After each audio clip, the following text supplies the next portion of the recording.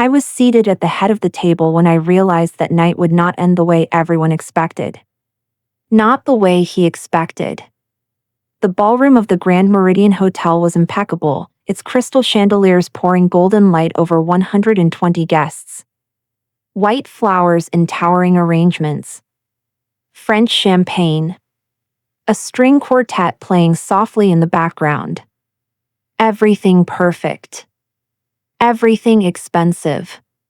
Everything paid for with money that was, in part, mine, though no one in that room knew that my name is Valentina Merels.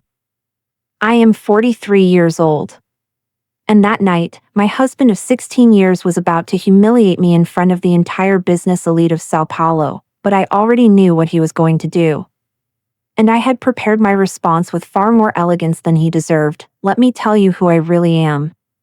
Because what I'm about to share only makes sense if you understand what I built in silence while everyone around me underestimated me. I was born in Ribeirão Preto, the daughter of an accountant and a mathematics teacher. I grew up learning that numbers don't lie, that spreadsheets have no emotion, and that whoever controls the cash flow controls everything. I studied industrial engineering, then completed an MBA in corporate finance at FGV. Then a second MBA abroad at the London Business School, which I financed through a merit scholarship I competed for against 400 people from 22 different countries. I returned to Brazil at 28 with a portfolio of knowledge that few possessed and an ambition I had learned very early to conceal behind a serene smile. It was during that time that I met Renato Cavalcante. Renato was the kind of man who filled a room simply by entering it. Tall, well-dressed, with that deep voice that inspired immediate confidence in any boardroom. He was 35 years old, building a business group in the logistics and technology sector, and he had the kind of charisma that many people confuse with competence. I was honest with myself from the very beginning. Renato was brilliant at selling ideas. The problem is that selling ideas is not the same as executing them. In the early years of our marriage, we worked together. He was the face. I was the foundation. He attended client meetings. I attended meetings with the fiscal board. He appeared at events. I handled the contracts. It was a division I believed, at the time, to be complementary. Today I know it was the first sign that he never saw me as a partner. He saw me as support. The Cavalcante group grew. And it grew enormously. In 12 years, we went from a regional logistics company with 40 employees to a conglomerate with 4 companies. 680 employees, a presence in 11 states. An annual revenue that reached 900 million reais in the last fiscal year. That growth has an architect. And that architect is not the one on the cover of Forbes. It's me, but very few people know that. And it was precisely that silence that gave me power, because while Renato's name appeared in magazines and at gala events, my name appeared in the documents that truly matter. In acquisition contracts. In governance clauses. In board minutes. In shareholder agreements. I was the one who restructured the company's capital in 2018, when the group was on the verge of collapse due to a series of misguided decisions Renato made in a market he didn't understand. I was the one who negotiated with creditors. I was the one who convinced the private equity fund to come in as a partner instead of executing the debt. And it was during that negotiation, quietly, with the counsel of the most competent attorney I have ever known, that I secured for myself, in fully legal, fully registered contractual terms, something Renato never imagined I would do, but that comes later. The signs began 2 years ago. Small. Almost invisible to anyone who wasn't paying attention. But I always paid attention. The first time I noticed was at a business dinner with a group of American investors. Renato introduced me as my wife, Valentina, no title, no context, as if I were a social accessory rather than the person who had prepared every piece of financial analysis on the table that evening. One of the investors asked what I did, and before I could answer, Renato smiled and said she takes care of our home and our son wonderfully well. I smiled. I sipped my wine. And I filed it away mentally. Then came the comments at parties. Renato had developed a new habit of interrupting me whenever I spoke about business in social settings. Not aggressively. Paternally. Valentina loves keeping up with market news, he would say, with the tone of someone being gracious enough to include a child in the adult conversation. People laughed. I smiled. And I filed it away. Then came the absences. Trips that lasted longer than they should. Meetings at strange hours. A different perfume on the collar of a shirt. I didn't need to hire a private investigator. I'm a data analyst by training. I read the signs the way I read a spreadsheet. Her name is Camila Fontes. 31 years old.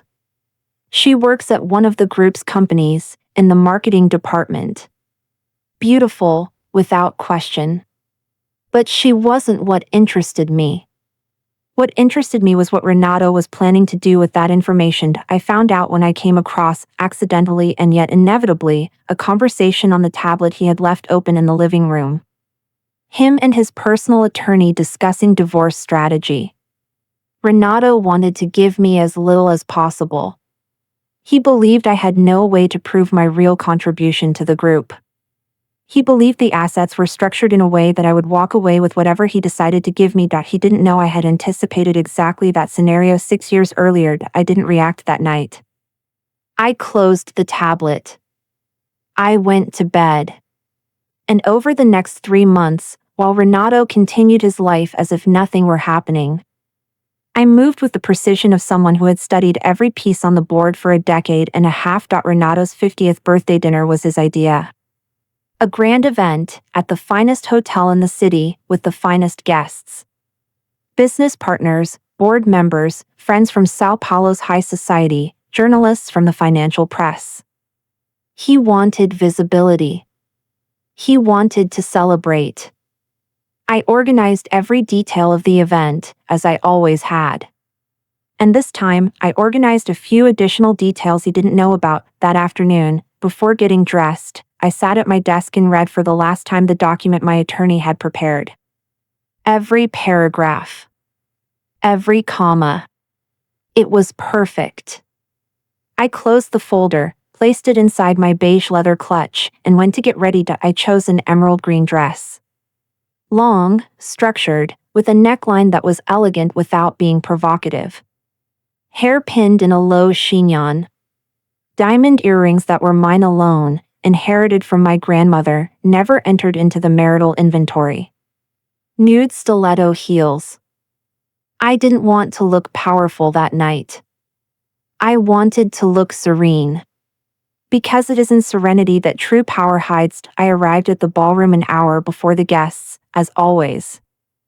I checked the arrangements, greeted the hotel staff, spoke with the sommelier about the wine sequence. Everything normal. Everything mine. Renato arrived 30 minutes late, which was typical of him. He was wearing a navy suit, a burgundy tie, and there was a lightness in the way he entered that I recognized immediately. It was the lightness of someone who believes they are in control. Everything looks beautiful, Val, he said, kissing me on the cheek. As always. As always, I repeated, smiling. The guests arrived. The room filled. The champagne was poured. The music rose. And I moved through the ballroom with the calm of someone who already knows how the story ends. Renato's speech was scheduled for 9 o'clock, after the main dinner. I knew that. What I hadn't expected, though, knowing myself, part of me had known it was possible, was the level of cruelty with which he chose to execute what he had planned. The room was silent when Renato picked up the microphone. 120 pairs of eyes turned toward him. I was seated to his right, in my usual place. He began with acknowledgments. To family. To friends. To business partners. He spoke about turning 50, about achievements, about the future. And then he paused. A pause I recognized as theatrical, calculated to build suspense. 50 years is an age that invites us to be honest, he said. And I want to be honest with you tonight, because you are the most important people in my life. I felt the temperature of the room change. Not literally. In tension. People sensed this was not an ordinary speech. Some time ago, I found a love I never expected to find. A person who made me look at my life and realize I had been living at half capacity. He paused again. Camila, would you come up here? And she walked in from the side of the ballroom. 120 people turned to look. And then turned to look at me. I didn't move a muscle. Renato extended his hand to Camila. She walked toward him, and he said, with that open microphone for everyone to hear, Valentina, you were a dedicated companion. But the time has come for each of us to follow our own path.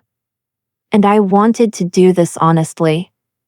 In front of everyone who knows us. And then, looking directly at me, he said the line he had almost certainly rehearsed in front of a mirror many times, you were always more competent at managing a household than at understanding me as a man. The silence that followed was the kind of silence that hurts. That heavy, uncomfortable silence where everyone looks everywhere except at the person who has just been humiliated. I heard a glass being set down on a table with excessive care. I heard someone swallowed. I took a slow breath.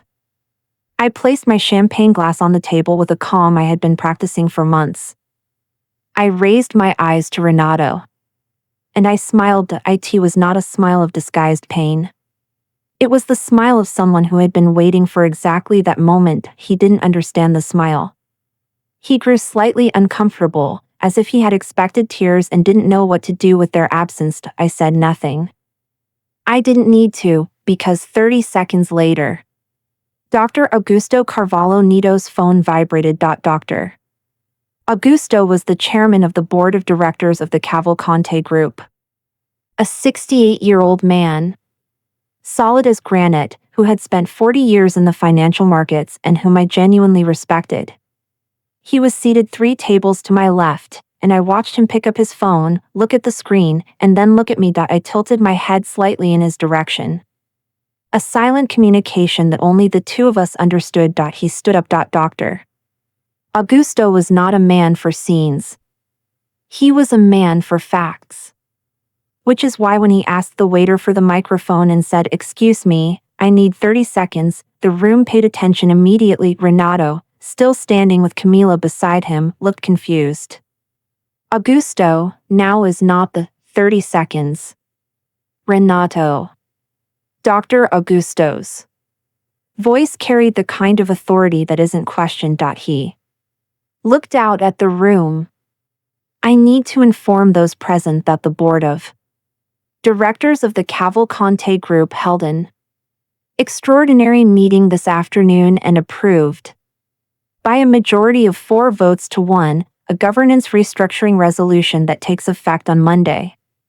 This resolution was made possible through the exercise of voting rights by a shareholder who has, until today, chosen to keep their stake confidential."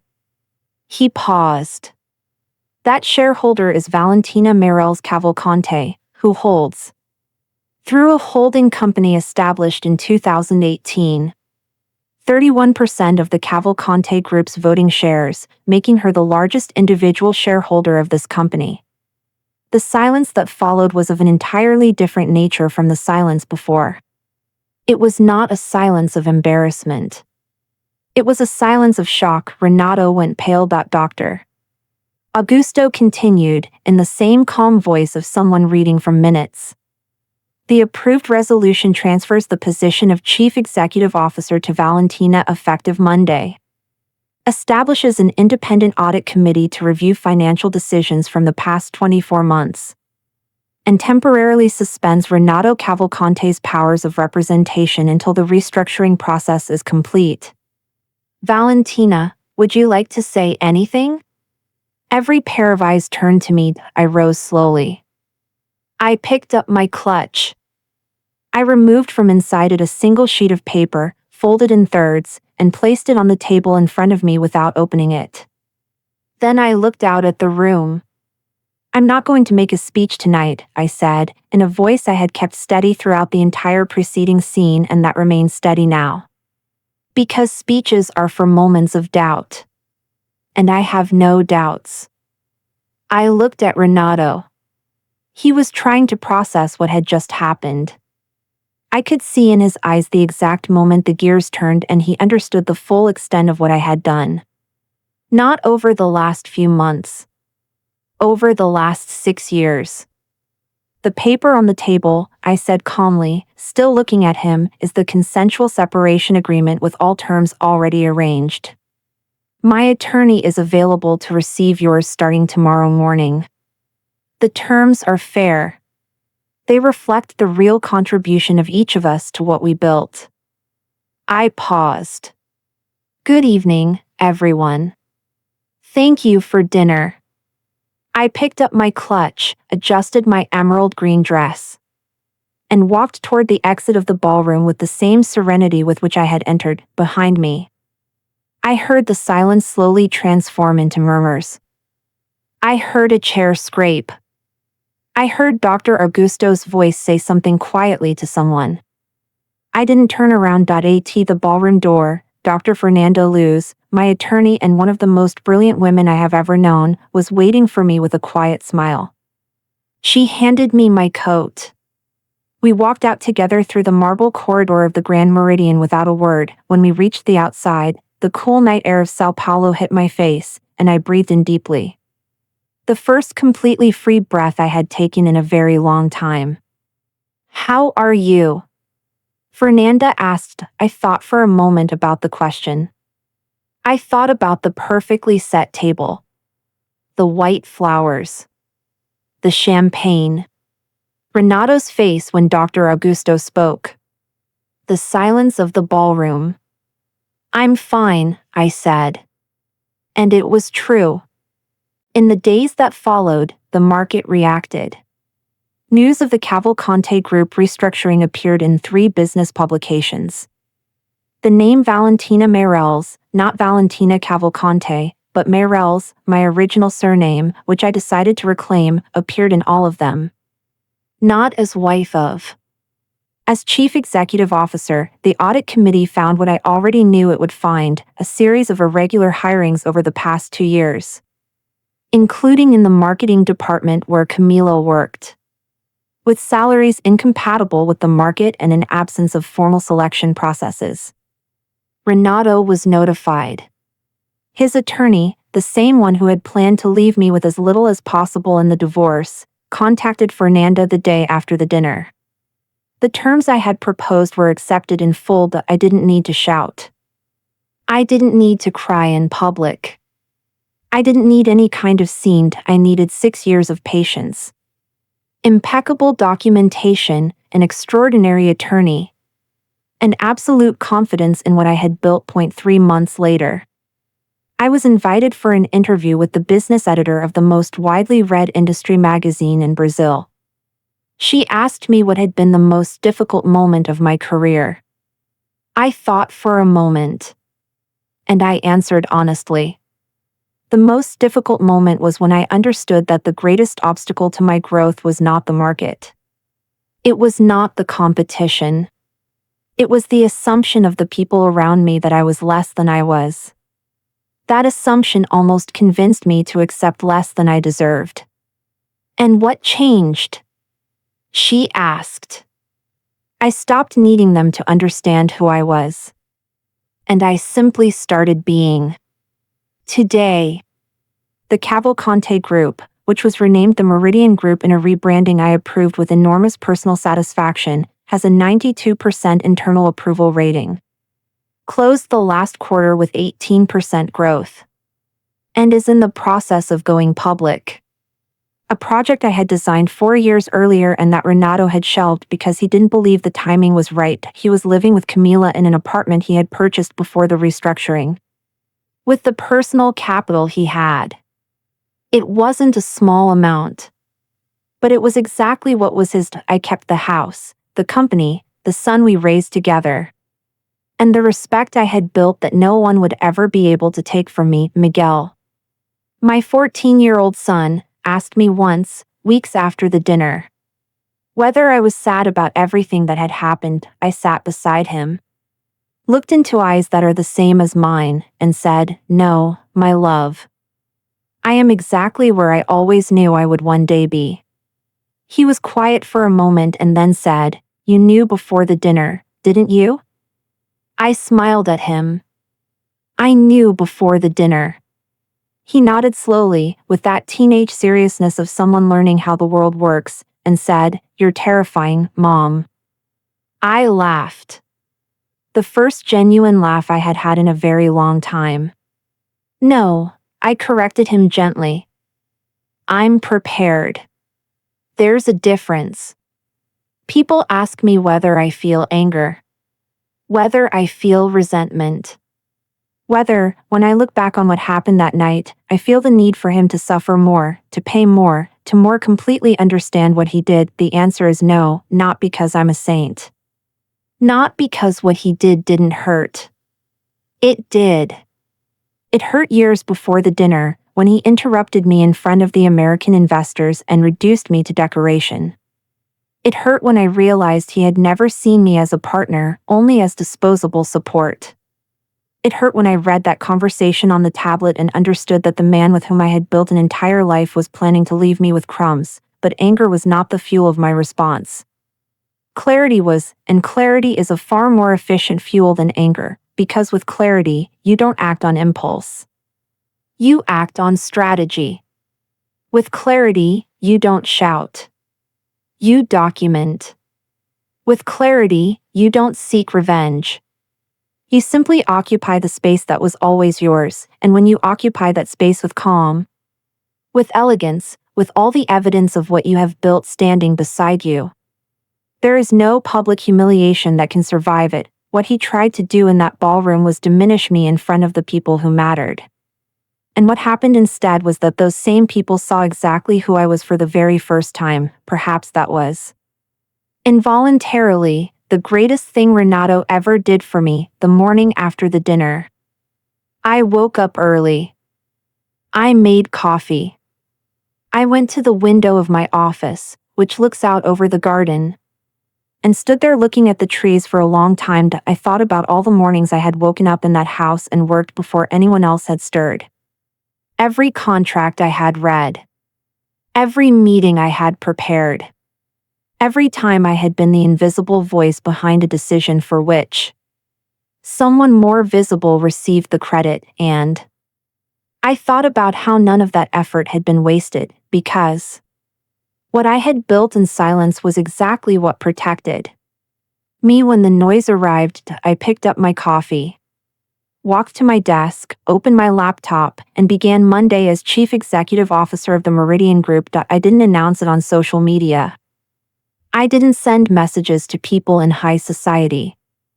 I didn't need validation. I simply worked. As always, there is one thing I learned over those 16 years.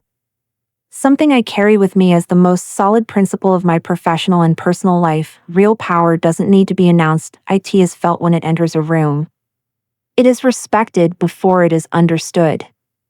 And it never, ever needs a microphone to make itself heard. That night at the Grand Meridian, Renato used a microphone to humiliate me in front of 120 people, and I, without saying a word beyond good evening, left that ballroom as the only person in the room that everyone was still trying to figure out. That is power, not the kind that makes noise, the kind that stays. While he announced my ending, the board announced my reign, and I had already written every paragraph of that chapter years before he even knew the story existed.